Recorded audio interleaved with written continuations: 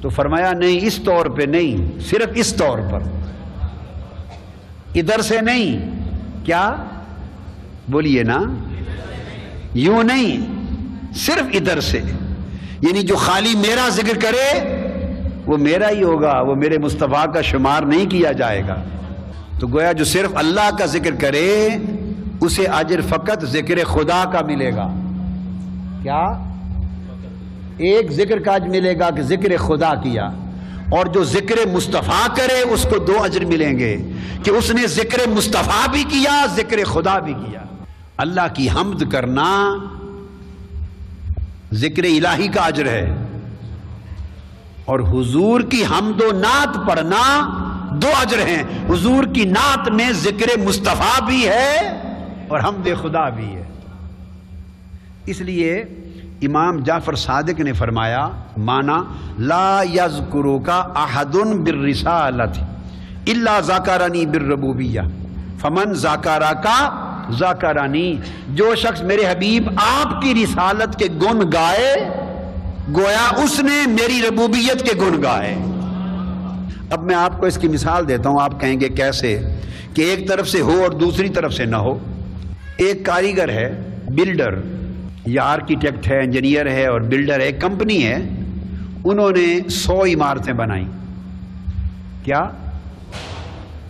اور آپ کو معلوم ہے ساری کی ساری 100 اسی نے بنائیں، اور کوئی شخص اس بلڈر کی تعریف کرے، کنسٹرکٹر کی، جو معمار ہے، کاریگر، اس کی تعریف کرتا رہے کرتا رہے کرتا رہے کرتا رہے، جتنی تعریف کرے مگر صرف اسی کی کرے، اس کی بنائی ہوئی عمارت کی نہ کرے، تو وہ اسی کی تعریف شمار ہوگی۔ عمارت جو آپ کی آنکھوں کے سامنے ہے اس عمارت کی تعریف نہیں ہوگی، بلکہ یہ گمان ہو سکتا ہے کہ عمارتیں تو ساری اسی نے بنائی ہیں، مگر صبح سے لگا ہے یہ شخص معماری کی تعریف کیے جا رہا ہے، اس کی عمارتوں کا نام ہی نہیں لیتا، عمارت کی تعریف ہی نہیں کرتا۔ کہیں ایسا تو نہیں کہ عمارت میں کوئی نقص رہ گیا ہے، کہ معمار تو بہت بڑا ہے مگر عمارت میں کوئی نقص ہے؟ چونکہ عمارت کی تعریف نہیں کرتا، اسی کی تعریف کرتا ہے، بس مجرد اسی معمار کی، بڑا اونچا معمار ہے، فلاں جگہ سے پڑھا، اتنے ڈگری لی، اتنے انعام لیے، بس معماری کی تعریف کیے جا رہا ہے، تو وہ معمار کی تعریف شمار ہوگی، عمارت کی تعریف نہیں ہو۔ اور معمار کہتا ہے بھائی میری تعریف کی اور میری عمارتوں کی تعریف نہ کی تو میری تعریف کیا کی؟ اگر میری اصل تعریف کرنی ہے تو میری عمارت کسی کو دکھاؤ، میری بنائی ہوئی عمارت دکھاؤ اور کہو کہ یہ کس کی عمارت بنائی ہوئی ہے، اس عمارت کی تعریف کرو، اس کی تعریف کرو۔ جب لوگوں کے دل اور نگاہ میں یہ عمارت پھب جائے، جچ جائے، اتنی تعریف کرو، اتنی تعریف کرو، اتنی تعریف کرو عمارت کی کہ لوگ مجبور ہو کر پوچھ اٹھیں کہ بنائی کس نے؟ اس عمارت کی اتنی تعریف کرو، اتنی کرو، اتنی کرو، حد کر دو کہ بالآخر سننے والا اور دیکھنے والا کہے کمال ہے، یہ بنائی کس نے ہے بتاؤ؟ بےتاب ہو جائے گا کہ ہم بھی اسی سے بنوائیں، تو تب کہو کہ اس نے بنائی ہے۔ تو اگر خالی معمار کی تو وہ صرف معمار کی ہوئی، اور اگر عمارت کی تو عمارت کی بھی ہوئی اور معمار کی بھی ہوئی۔ اب آپ سمجھ گئے، ایک طرف سے ہے دوسری طرف سے نہیں۔ تو فرمایا فمن ذکرک ذکرنی، یہ نہیں فرمایا فمن ذکرنی فقد ذکرک، یہ نہیں فرمایا امام جعفر صادق نے کہ اللہ نے کہا کہ جس نے مجھے ذکر کیا، میرا ذکر کیا، تو حبیب میرے ذکر میں تیرا ذکر خود بخود ہو گیا۔ وہ کیسے ہو گیا؟ فرمایا میرا ذکر کرنے والا اس خوش فہمی میں نہ رہے کہ مجھے ذکر مصطفیٰ کا بھی شرف مل گیا، نہیں، یہ تو میرا ذکر ہے۔ اور محبوب فرمایا فمن ذکرک ذکرنی، بات یوں ہے کہ جس نے آپ کا ذکر کیا، آپ کے حسن و جمال کو بیان کیا، اس نے آپ کو بھی اور مجھے حسین کہہ دیا۔ جس نے آپ کے زلف و رخسار کو حسین کہا، اس نے میرے حسن کا تذکرہ کیا۔ جس نے آپ کے علم اور حلم کی بات کی، اس نے میرے علیم و حلیم ہونے کی بات کی۔ جس نے آپ کی رافت اور رحمت کی بات کی، اس نے میرے رؤوف و رحیم ہونے کی بات کی۔ جس نے آپ کے کمال کی بات کی اس نے میری قدرت و جمال کی بات کی۔ تو اس کا معنی یہ ہے فمن ذاکراکا ذاکرانی، اس طرف سے ہے بات۔ تو محفل نعت کو تو کیا کو تو ذکر خدا کہہ سکتے ہیں، مگر خالی محفل حمد الہی ہو اور نعت مصطفیٰ نہ ہو تو وہ ذکر مصطفیٰ نہیں ہوتی۔ تو پھر کیا ہوگی؟ ذکر مصطفیٰ تو نہیں ہوئی، تو کیا خالی ذکر خدا ہوگی؟ اب اس سوال کے جواب میں پہلے معنی کی طرف آ جائیں۔ اللہ نے فرمایا نہیں ہوگی، چونکہ میں نے شرط لگا دی ہے، ایمان اور ذکر وہی قبول ہے جس میں تیرا ذکر میرے ذکر کے ساتھ کیا جائے۔ سو خالی ذکر خدا کرنے کا راستہ نہ ادھر سے رہا نہ ادھر سے رہا۔ تو کسی نے الوہی ہونا ہو، کیا الوہی، تو ضروری ہے کہ مصطفی بنے، اللہ کی بندگی میں آنا ہو، عبد کامل الوہی ہونا ہو تو محمدی اور مصطفی بنے۔ محمدی اور مصطفی ہو گیا اگر ظاہر اور باطن میں، قال اور حال میں ہو گیا تو اس نے مصطفیٰ کو بھی پا لیا، خدا کو بھی پا لیا۔ یہ معنی ہے۔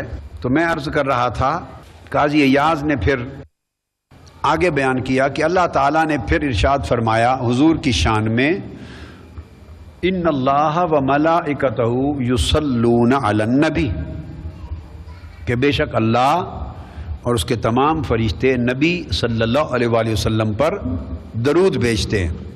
اب یہاں ایک خاص نقطہ بیان کیا، وہ یہ کہ جب اس نے مومنوں پر درود بھیجنے کی بات کی کہ اللہ تعالیٰ مومنوں پر درود بھیجتا ہے، مومنین پر فرشتے بھی بھیجتے ہیں، تو وہاں فرمایا هو الذی یصلی علیکم وملائکتہ، تو اس نے کہا کہ اللہ وہ ہے جو درود بھیجتا ہے تم پر اور اس کے فرشتے بھی بھیجتے ہیں۔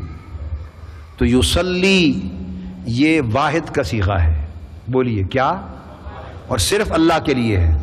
تو جب مومنوں پر درود بھیجنے کی بات کی تو اس میں فرشتوں کو اپنے درود بھیجنے کے صیغے میں شامل نہیں کیا، اپنا عمل تنہا رکھا، فرشتوں کا عمل جدا رکھا۔ اور جب حضور علیہ السلام پر درود بھیجنے کا وقت آیا تو ان اللہ یصلی علی النبی و ملائکتہ نہیں فرمایا، وہی طریقہ یہاں نہیں فرمایا۔ یہاں اپنا درود بھیجنا اور فرشتوں کا درود بھیجنا دونوں کو ایک جمع کے صیغے میں اکٹھا کر دیا، فرمایا ان اللہ و ملائکتہ یصلون علی النبی، بے شک اللہ اور اس کے فرشتے درود بھیجتے ہیں۔ تو گویا حضور کے اکرام میں اللہ نے فرشتوں کو اپنے فعل میں شریک کر دیا، اور پھر فرمایا کہ مومنو تم بھی بھیجو۔ اس کا مطلب ہے کہ یہ درود اور سلام بھیجنا حضور علیہ السلام پر ایک ایسا عمل ہے کہ اگر تم حضور پر درود و سلام بھیجو گے تو تم اپنے عمل میں عمل الہی کے ساتھ شریک ہو جاؤ گے، فعل الہی کے ساتھ شریک ہو جاؤ گے، جیسے اللہ نے کرم کرتے ہوئے فرشتوں کو اپنے فعل میں ساتھ شریک کر لیا۔ کائنات کا کوئی اور عمل ایسا نہیں کہ جو بندہ کرے تو وہ اس عمل کے ذریعے اللہ کے فعل میں اس کے ساتھ شریک ہو جائے، کوئی عمل نہیں، نہ نماز، نہ روزہ، نہ حج، نہ زکوٰۃ، نہ دیگر عبادات، نہ اعمال صالحہ، کوئی عمل نیک، کوئی عبادت، کوئی ذکر ایسا نہیں کہ بندہ کرے تو وہ اپنے عمل کے ذریعے اللہ کے فعل میں اس کے ساتھ شریک ہو جائے، اللہ اسے بلا کر اپنے فعل میں شریک کر لے، نہیں، ایک واحد عمل ہے، اور وہ آقا علیہ السلام کی بارگاہ میں درود و سلام بھیجنا ہے۔ جب بندہ درود و سلام بھیجتا ہے حضور پر تو اس عمل کے ذریعے بندہ اپنے عمل کے ذریعے اللہ کے فعل کے ساتھ شریک ہو جاتا ہے، اسی طرح جس طرح اللہ نے ملائکہ کو اپنے فعل کے ساتھ شریک کر دیا۔ یہ صیغہ جمع کی حکمت ہے، یہ قاضی ایاز نے بیان نہیں کی، یہ میں نے بیان کی۔ انہوں نے فرشتوں کی تشریک کو علت تشریک کی بحث کی، آگے معنی کی طرف نہیں گئے، وہ تفصیلات کی طرف نہیں گئے۔ تفصیلات پڑھنے سمجھنے والوں کا اپنا کام ہے کہ سمجھیں، وہ اشارہ دیتے چلے گئے، باقی آپ کا کام ہے، پڑھنے والے کا، پڑھانے والے کا کام ہے کہ وہ جتنا اللہ نے توفیق دی ہے اس قدر سمجھ لے اور اس کو اظہار کرتا چلا جائے۔ تو یہ اللہ تبارک و تعالیٰ نے حضور علیہ الصلوۃ والسلام کو یہ عظمت دی ہے۔ اور پھر ارشاد فرماتے ہیں اللہ پاک کی وہ آیت، قُلْ إِن كُنتُمْ تُحِبُّونَ اللَّهَ فَاتَّبِعُونِي يُحْبِبْكُمُ اللَّهُ۔ فرما دو، ایک اور شرط ہے اللہ پاک کی طرف سے، اگر تم چاہتے ہو کہ اللہ سے محبت کرو تو اعلان کر دیں کہ اللہ کی محبت لینے کے لیے یا اللہ سے محبت کرنے کے لیے کوئی راستہ نہیں سوائے میری غلامی کے۔ تو آقا علیہ السلام سے کہلوا دیا، اعلان کر دیں حضور کہ میری اتباع میں آ جاؤ، میری پیروی کرو، میری پیروی ہی اللہ سے محبت کا واحد راستہ ہے، اور پھر تم اللہ کے محب بھی بن جاؤ گے اور اللہ کے محبوب بھی بن جاؤ گے، محبوب بھی بن جاؤ گے۔ اس کے بعد قاضی ایاز رحمۃ اللہ علیہ نے ایک اور آیت کا ذکر کیا شان رسالت مآب صلی اللہ علیہ وآلہ وسلم میں، اور آیت بیان فرمائی سورہ فاتحہ کی، اہدنا الصراط المستقیم صراط الذین انعمت علیہم۔ اے اللہ ہمیں سیدھی راہ دکھا، کیا؟ اے اللہ ہمیں سیدھی راہ دکھا۔ یہ قرآن مجید میں آیت ہے صراط مستقیم، آپ عمر بھر سنتے رہے صراط مستقیم کا معنی سیدھی راہ دکھا، سیدھی راہ دکھا، اس کے معانی بھی سنتے رہے۔ قاضی ایاز نے اس کا معنی حضرت عبداللہ ابن عباس رضی اللہ تعالیٰ عنہ سے ان کے ذریعے ان کے دو شاگرد تابعین کے طریق سے بیان کیا ہے۔ ایک حضرت امام حسن بصری رضی اللہ تعالیٰ عنہ، حضرت امام حسن بصری، اور ایک حضرت ابو العالیہ، حضرت ابو العالیہ ان کا اصل نام ہے حضرت رفیع بن مہران الریاحی، رفیع بن مہران، کنیت ابو العالیہ، یہ عظیم تابعی ہیں اور حضرت عبداللہ ابن عباس کے شاگرد، اور امام حسن بصری بھی بڑے عظیم الشان تابعی ہیں اور سیدنا مولا علی المرتضیٰ کے شاگرد، اور امام حسن بصری وہ تابعی ہیں جنہوں نے حضور کی زوجہ مطہرہ حضرت ام سلمہ کا دودھ پیا ہے، ام المومنین حضرت ام سلمہ کا، بولیے، رضاعت کا شرف حاصل ہوا ہے۔ دودھ تو نہیں آتا تھا، ان کا دودھ نہیں تھا، مگر ان کو شرف حاصل ہوا، رضاعت کی نسبت حاصل ہوئی۔ یہ وہ تابعی ہیں، اور یہ سیدنا مولا علی شیر خدا کے مرید ہوئے، اور ان کے ذریعے کل سلاسل طریقت، تصوف اور معرفت کے طریقے چلے۔ امام حسن بصری، میں نے اس پر تحقیق کی،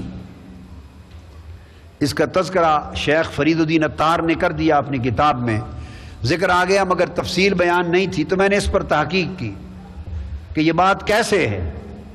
تو تحقیق کرنے سے پتہ چلا کہ ان کی ولادت سیدنا فاروق اعظم رضی اللہ تعالیٰ عنہ کے زمانہ میں ہوئی، غالباً 22 ہجری میں ان کی ولادت ہوئی، اور مدینہ طیبہ کے شہر سے باہر ایک گاؤں میں، قریبی متصل نواحی گاؤں میں ان کا گھر تھا، ان کی والدہ ماجدہ رہتی تھی، اور وہ کام کرتی تھی، خادمہ تھی ام المومنین حضرت ام سلمہ رضی اللہ تعالیٰ عنہ کی، ان کے گھر خدمت کرتی تھی، کام کرتی تھی۔ یہ 2 سال کے تھے، 1.5 سال کے تھے، 1 سال کے تھے، اس عمر میں جو پیدا ہوئے تو وہیں تھے، تو پھر وہ ساتھ لے آتی گھر اور کام کاج میں لگ جاتی، اور جب کام کاج میں لگ جاتی اور یہ اکیلے پڑے پڑے رونے لگ جاتے، دودھ پینے کا دور تھا، عمر تھی، رونے لگ جاتے، اور وہ کسی خدمت میں مصروف ہوتی، نہ آ سکتی، تو ام المومنین حضرت ام سلمہ رضی اللہ تعالیٰ عنہ انہیں اٹھا کے اپنے سینے سے چھاتی سے لگا لیتی۔ تو دودھ تو بے شک نہیں تھا، مگر چھاتی مبارک سے لگا لیتی، اس طرح انہیں رضاعت کا ایک شرف اور نسبت حاصل ہو گئی۔ تو امام حسن بصری بالواسطہ حضور علیہ السلام کے رضائی صاحبزادے ہو گئے، اور امام حسن اور حسین کے رضائی بھائی بن گئے سیدہ عالم فاطمۃ الزہرا کے، چونکہ حضور نے جو انہیں بیٹا فرمایا۔ یہ وہ صحابی ہیں، اب آپ سمجھے مقام و مرتبہ۔ یہ دونوں تابعین روایت کرتے ہیں کہ اللہ کا فرمان اہدنا الصراط المستقیم ان سے پوچھا گیا حضرت ابو العالیہ اور حضرت امام حسن بصری سے کہ الصراط المستقیم، سیدھا راستہ دکھا، الصراط المستقیم کیا ہے؟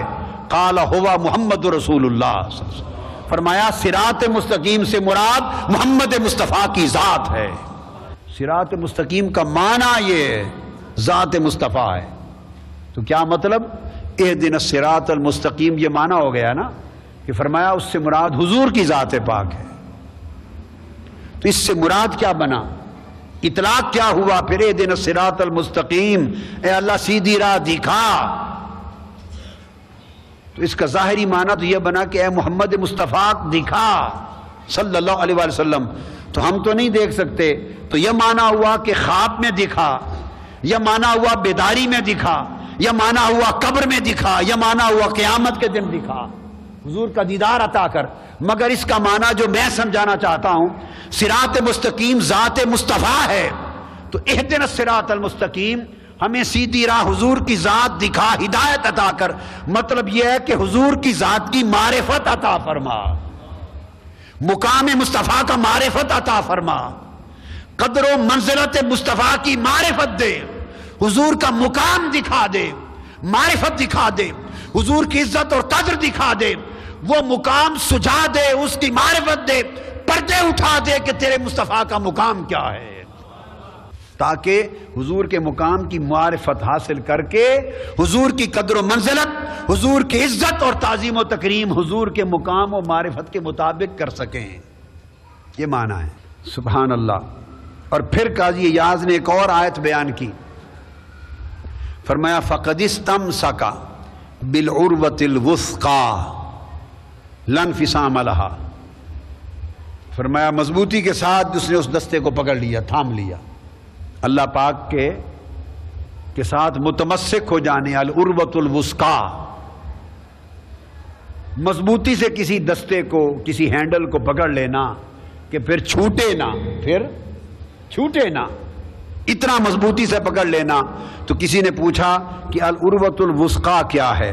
تو قاضی ایاز رحمۃ اللہ علیہ نے روایت کیا امام عبد الرحمن السلمی سے، وقیلا ہوا محمد صلی اللہ علیہ وآلہ وسلم، العروۃ الوثقیٰ سے مراد دامن مصطفیٰ ہے، حضور کے دامن کو تھام لو۔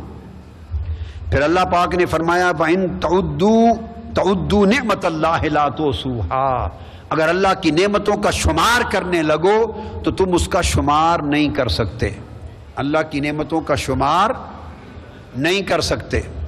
تو آپ سے پوچھا گیا کہ اللہ کی نعمتیں کیا ہیں جن کا شمار نہیں کر سکتے؟ حضرت سہل بن عبداللہ تستری کا قول روایت کر کے قاضی ایاز فرماتے ہیں نعمت اللہ لا تحصوها ونعمتہ ہوا محمد صلی اللہ علیہ وآلہ وسلم ونعمتہ بمحمد صلی اللہ علیہ وسلم، وہ نعمت مصطفیٰ کی ذات کی شکل میں ہے جس کا شمار نہیں کر سکتے۔ تو حضور کی ذات ہی نعمت اللہ ہے، حضور کی ذات ہی العروۃ الوثقیٰ ہے، حضور کی ذات ہی الصراط المستقیم ہے۔ اور پھر ارشاد فرمایا، اللہ پاک نے ارشاد کیا الا بذکر اللہ تطمئن القلوب، خبردار اللہ کے ذکر سے ہی دلوں کو اطمینان ملتا ہے۔ کیا فرمایا؟ آگاہ ہو جاؤ کہ اللہ کے ذکر سے ہی دلوں کو اطمینان ملتا ہے۔ تو قاضی ایاز رحمۃ اللہ علیہ نے حضرت مجاہد سے، یہ حضرت مجاہد بن جبر، یہ بھی تابعین میں سے ہیں، ان سے روایت کیا کہ یہ حضرت مجاہد تابعی اور یہ بھی سیدنا عبداللہ ابن عباس کے شاگردوں میں سے، تو ان سے روایت کیا کہ پوچھا گیا بے شک اللہ کے ذکر سے دلوں کو اطمینان پہنچتا ہے، بذکر اللہ تطمئن القلوب، تو ذکر اللہ کا ذکر کیا ہے جس سے دلوں کا اطمینان پہنچتا ہے؟ آپ نے فرمایا ذکر اللہ ہوا محمد صلی اللہ علیہ وسلم، اللہ کا ذکر خود محمد مصطفیٰ کی ذات ہے۔ گویا لوگوں اللہ فرما رہا ہے میرے حبیب محمد مصطفیٰ کے ذریعے دلوں کا اطمینان حاصل کرو، حضور کی ذات کو اپنے دلوں کے سکون اور چین کا منبع بنا لو، دلوں کا اطمینان ذات مصطفیٰ سے، ذکر مصطفیٰ سے، تعلق مصطفیٰ سے حاصل کرو۔ جس شخص کا تعلق حضور کی ذات پاک صلی اللہ علیہ وسلم سے جتنا مضبوط ہو گیا اس کو اتنا اطمینان قلب نصیب ہو. یہ حضرت مجاہد سے روایت کیا، اور امام جلال الدین سیوطی نے الدر المنصور میں بھی اس کو روایت کیا، اور امام ابن ابی شیبہ نے المصنف میں روایت کیا، امام ابن جریر نے اس حدیث کو، اس قول کو روایت کیا کہ اللہ کا ذکر محمد مصطفیٰ ہے صلی اللہ علیہ وآلہ وسلم. یہاں یہ جو حضرت مجاہد نے روایت کیا قول تفسیر، اس حوالے سے امام ترمذی کا ایک قول بیان کرنا چاہتا ہوں. سیاستہ کے ائمہ میں سے امام ترمذی، وہ اپنی جامع ترمذی میں ابواب تفسیر القرآن میں بیان کرتے ہیں. وہ کہتے ہیں کما قال اما الذی روی عن مجاہد و قتادہ وغیرہما، وہ کہتے ہیں کہ قرآن کی آیتوں کی تفسیر کے باب میں جو کچھ حضرت مجاہد سے روایت ہوا ہے اور جو کچھ حضرت قتادہ سے روایت ہوا ہے ان کا ذکر کرتے ہیں. حضرت مجاہد جنہوں نے کہا کہ ذکر اللہ ہوا محمد صلی اللہ علیہ وسلم، کہ جس اللہ کے ذکر سے دلوں کو اطمینان ملتا ہے اس ذکر سے مراد مصطفیٰ کی ذات ہے. امام ترمذی فرماتے ہیں کہ جو ان اہل علم سے قرآن کی تفسیر کے باب میں روایت ہوا ہے وہ فرماتے انہم فسروا القرآن فلیس الظن بہم انہم قالوا فی القرآن بغیر علم انہم لم یقولوا من قبل انفسہم بغیر علم. فرمایا انہوں نے جو قرآن کی تفسیر کی ہے یہ گمان کرنا ناجائز ہے کہ انہوں نے اپنے پاس سے ذاتی رائے سے تفسیر کر دی ہے، نہیں، انہوں نے جو تفسیر کی ہے اس کے پیچھے کوئی نہ کوئی حدیث مصطفیٰ ہے. فرمایا یہ اتنے معتمد معتبر بزرگ ترین ہستیاں ہیں تابعین میں کہ یہ قرآن کی تفسیر میں کوئی بات اپنی طرف سے نہیں کرتے. جب بھی کوئی بات کرتے ہیں وہ علم سے کرتے ہیں، اور علم سے مراد حدیث ہے. حضور کی حدیث کی روشنی میں تفسیر قرآن کرتے ہیں. تو گویا امام ترمذی کے اس قول کے مطابق پہلے یہ تفسیر تھی حضرت مجاہد کی، اور اب انہوں نے فرمایا کہ یہ تفسیر قرآن حدیث مصطفیٰ کی روشنی میں کرتے ہیں. تو اس کا بنیاد حضور کی حدیث ہو گئی، اور وہ حدیث جو ہے جو میں نے پہلے بیان کر دیا فمن ذاکرک ذاکرنی، کہ حضور کے ذکر کو اللہ نے اپنا ذکر بنا دیا ہے اور اسی کے ساتھ دلوں کا اطمینان رکھ دیا. اور حضور کا ذکر کرنا اس کو اللہ نے اتنی فضیلت دی، حضور کے ذکر کو اتنی فضیلت دی کہ امام قسطلانی نے المواہب اللدنیہ میں ایک روایت کی ہے. المواہب اللدنیہ میں امام قسطلانی نے وہ بیان کرتے ہیں کہ کچھ لوگ قرآن کے عالم اور قرآن کے حافظ ہوں گے. ان قوما من حملۃ القرآن، کچھ قرآن کے عالم اور قرآن کے حافظ ہوں گے، اور وہ اپنے دیگر بے عملی کی وجہ سے اور دنیا پرستی کی وجہ سے اور اپنے عمل میں قرآن کی ناقدری کی وجہ سے، اپنے کسی بھی اعمال کی خرابی کی وجہ سے ہوں گے قرآن کے عالم اور قرآن کے حافظ. اللہ پاک فیصلہ فرمائے گا انہیں جہنم میں بھیج کر عذاب دینے کا. امام قسطلانی نے روایت کیا جب یہ فیصلہ ہوگا کہ انہیں جہنم میں بھیجا جائے، عذاب دوزخ دیا جائے، تو کیا ہوگا؟ فَيَنْسَاهُ اللَّهُ ذِكْرَ مُحَمَّدٍ، اللہ تعالیٰ ان کے دلوں اور دماغ سے حضور کا ذکر بھلا دے گا. ان کے دل و دماغ سے حضور علیہ السلام کا ذکر بولیے بھلا دے گا. کیا مطلب؟ کہ اگر ان کے دل و دماغ میں حضور کا ذکر رہے تو جہنم میں نہیں جا سکتے. اس بات کو پا لیا ہم نے. اللہ کو کیا ضرورت پڑی کہ جب ان کے لیے جہنم کا فیصلہ کر دیا تو اب ان کے دل و دماغ سے حضور کا ذکر محمدی کو بھلا دینا اور بھلا کر دوزخ میں بھیجنا، کیا ضرورت پڑی اس بات کی؟ جب دوزخ کا فیصلہ کر لیا اور قرآن کے عالم ہونے کے باوجود اور قرآن کے حافظ ہونے کے باوجود، حاملۃ القرآن، ان کے باوجود دوزخ کا فیصلہ ہو گیا تو پھر دوزخ بھیج دیا جائے. پھر ان کے دلوں سے حضور کا ذکر بھلانے کا کیا واسطہ؟ اس کا کیا ریلیونس ہے؟ کیا وجہ ہے؟ تو ایک ہی سبب ہے کہ جس کے دل میں ذکر مصطفیٰ رہے گا وہ جہنم میں نہیں جا سکتا. جس کے دل دماغ میں ذکر مصطفیٰ متمکن رہے گا، جب تک مصطفیٰ کی یاد انسان کے دل اور دماغ میں ہے وہ وجود دوزخ میں نہیں جا سکتا۔ اللہ پاک انہیں دوزخ میں بھیجنے سے پہلے ان کے دل و دماغ سے حضور کا ذکر بلا دے گا۔ اب وہ ذکر مصطفیٰ بھول چکے ہوں گے، حکم ہوگا انہیں دوزخ میں پھینک دیا جائے۔ ایک معنی ہو گیا نا، ایک تعبیر ہو گئی حدیث کی۔ اور دوسری تعبیر یہ کہ وہ اپنی بدعمالیوں کی وجہ سے دوزخ میں بھیجنے کا فیصلہ ہے، ہیں قرآن کے عالم اور حافظ، دوزخ میں بھیجنے کا فیصلہ ہے، مگر اللہ تعالیٰ کیا کرے گا کہ ان کے دوزخ میں جانے سے پہلے ذکر مصطفیٰ ان کے دل و دماغ سے بلا دے گا، تاکہ دوزخ میں داخلے کا اور بھیجے جانے کا سبب یہ بنے کہ یہ وہ لوگ ہیں جنہوں نے مصطفیٰ کا ذکر بلا دیا ہے، ان کا ٹھکانہ دوزخ بنا دیا۔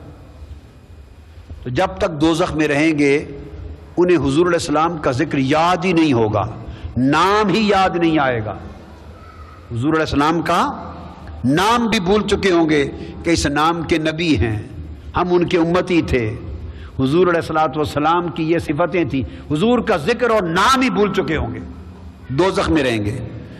جب اللہ پاک فیصلہ فرمائے گا کہ اب ان کا عذاب پورا ہو چکا، اب انہیں دوزخ سے نکال لیا جائے، دوزخ سے نکال لیا جائے اور بالآخر جنت بھیجنے کا فیصلہ فرمائے گا، دوزخ سے نکالنے کا، تو کیا کرے گا؟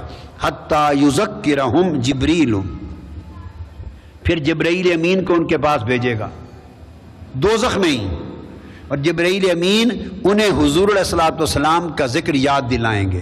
جب ذکر مصطفیٰ انہیں جبرائیل امین یاد کرائیں گے، اور یہ بھی نعمت کہ ذکر مصطفیٰ انہیں یاد کرایا گیا، یہ بھی ان کے قرآن کے عالم اور حافظ ہونے کی وجہ سے حیا آیا، یہ اس کا حیا کیا گیا۔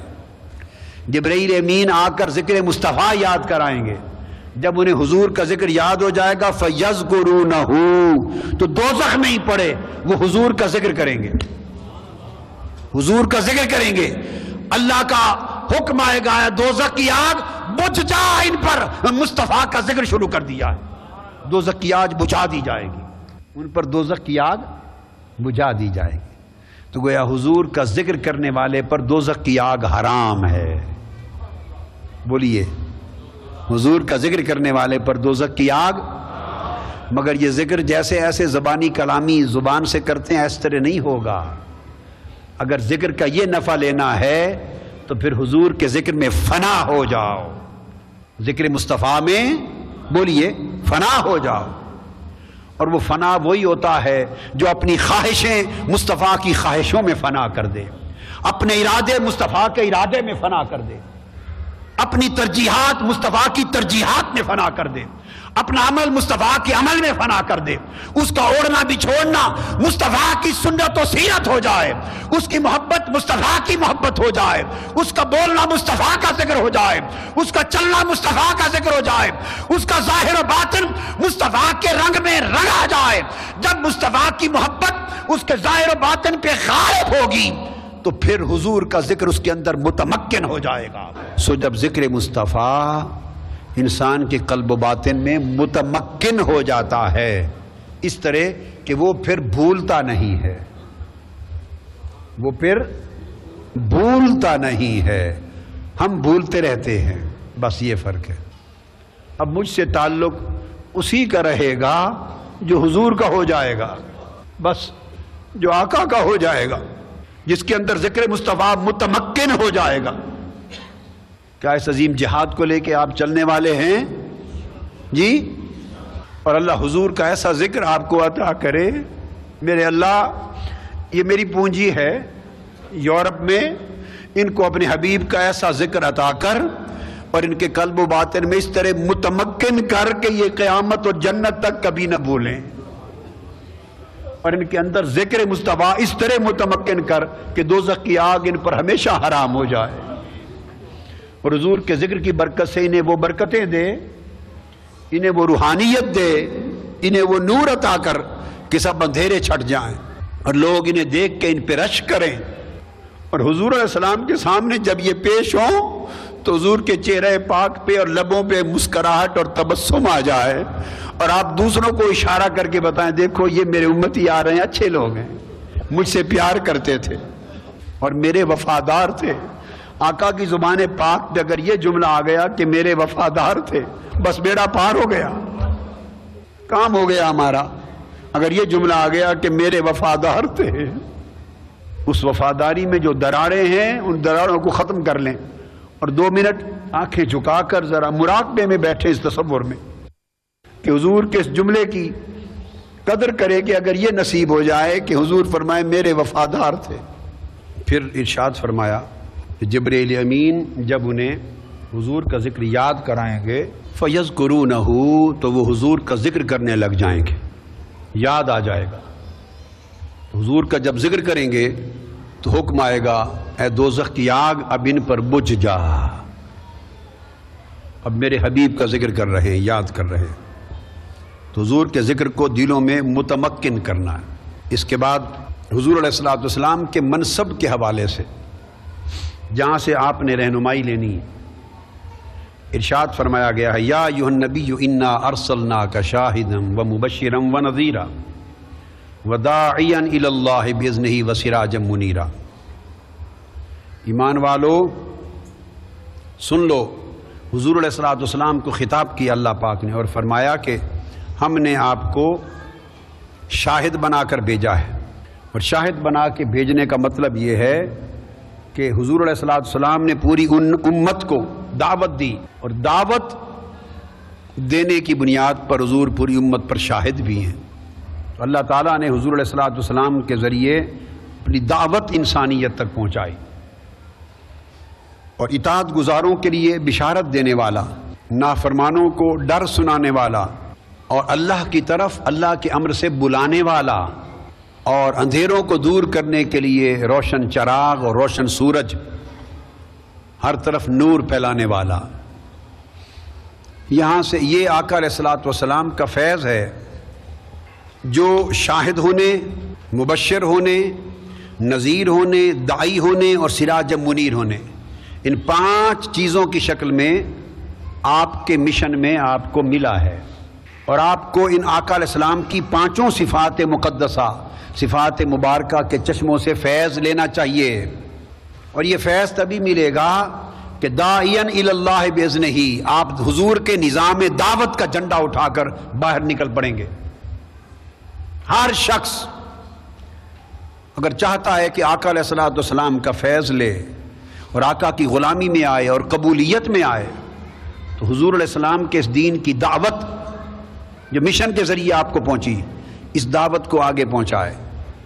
نیا جو تنظیم کا نظام دیا گیا ہے، آپ کو نیا نظام دعوت دیا گیا ہے۔ ایک بات سمجھ لیں کہ آپ میں سے ہر شخص جس نے مصطفی انقلاب کا جھنڈا ہاتھ میں لیا ہے، جس نے رفاقت، سنگت اور دوستی کا عہد کیا ہے، جو مشن میں کسی بھی سطح پہ کام کرتا ہے، اس کے لیے لازم ہے کہ وہ داعی بن جائے۔ کیا؟ داعی بن جائے۔ اور تمام لوگ جو کسی بھی سطح پر تنظیمات میں ممبر ہیں، عہدیدار ہیں، اپنی اپنی تنظیمیں، اپنی اپنی ایگزیکٹو، ان میں سے ہر شخص، خواہ وہ صدر ہے، خواہ وہ نائب صدر ہے، خواہ وہ ناظم ہے، نائب ناظم ہے، جو بھی عہدے اور ذمہ داریاں تھیں وہ برقرار رہیں، مگر اس کے ساتھ ساتھ اس مشن کے مستقبل میں نظام دعوت کو بپا کرنے کے لیے ہر شخص کو نقیب کا درجہ دے رہا ہوں۔ اور جو شخص کسی ایگزیکٹو میں نہیں اور وہ متحرک مشن کا رفیق ہے، کارکن ہے، متحرک کارکن ہے، وہ جہاں بھی ہے وہ بھی نقیب ہے، وہ جہاں بھی ہے۔ آپ سب لوگ جو 3 دن رات کے لیے گھر بار چھوڑ کے آئے ہیں، جن کے اندر اتنا عزم، اتنا حوصلہ، اتنا جذبہ اس مشن کا جھنڈا بلند کرنے اور نظام دعوت کو بپا کرنے کی اتنی تڑپ ہے، آپ میں سے ہر شخص نقیب ہے۔ پچھلی ذمہ داریاں جو بھی ہیں وہ برقرار ہیں، اس کو نہیں تبدیل کر رہے، اس سے تبدیل، مگر اس پر اضافی طور پہ ایک لباس اور چڑھا رہے ہیں، ایک لباس آپ کو اور دے رہا ہوں، اور وہ نقابت کا لباس ہے، نقیب۔ پہلے آپ رفیق تھے، اور سنیں، رفیق کا ٹائٹل میں نے وضع کیا تھا قرآن مجید سے اخذ کر کے. یوں سمجھے کہ رفیق کا لقب میں نے دیا تھا آپ کو کہ ہمارے مشن کا جو ممبر ہوگا وہ قرآن مجید کی آیت کریمہ وَحَسُنَ أُولَٰئِكَ رَفِيقًا اس سے اخذ کر کے میں نے کہا تھا کہ وہ رفیق کہلائے گا. تو رفیق کا ٹائٹل کس نے دیا؟ بولیے. اور نقیب کا ٹائٹل تاجدار کائنات نے عطا فرمایا. اگر آپ اس مصطفیٰ کے دین کی نظام دعوت کو بپا کرنے کے لیے آج سے عہد کر کے کھڑے ہو جائیں اور ہر شخص پلٹ کر نظام دعوت کو بپا کرنے کے لیے چل پڑے اور وہ نقیب ہونے کا حق ادا کرے تو کروڑ رفاقتیں مصطفیٰ کے بنائے ہوئے نقابت پہ قربان. آپ کہیں گے حضور علیہ السلام نے کیسے دیا یہ ٹائٹل؟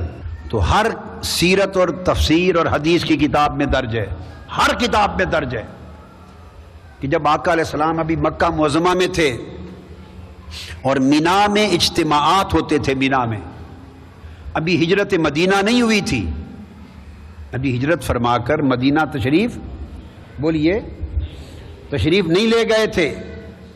تو مدینہ سے لوگ آئے جو آپ کے دست اقدس پر بیعت کر کے مسلمان ہوئے اور آپ کو دعوت دینے لگے. آپ نے فرمایا کہ میں بعد میں آؤں گا، پہلے میرے نظام دعوت کو بپا کرو، پہلے میری دعوت لے جاؤ.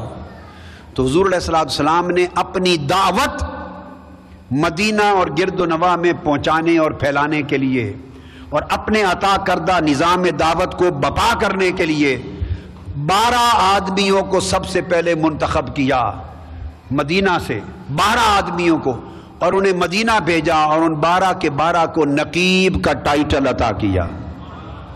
کیا؟ تو مینا میں حضور نے اپنے نظام دعوت کی ذمہ داری جن 12 آدمیوں کو دی ان کو نقبا کہا.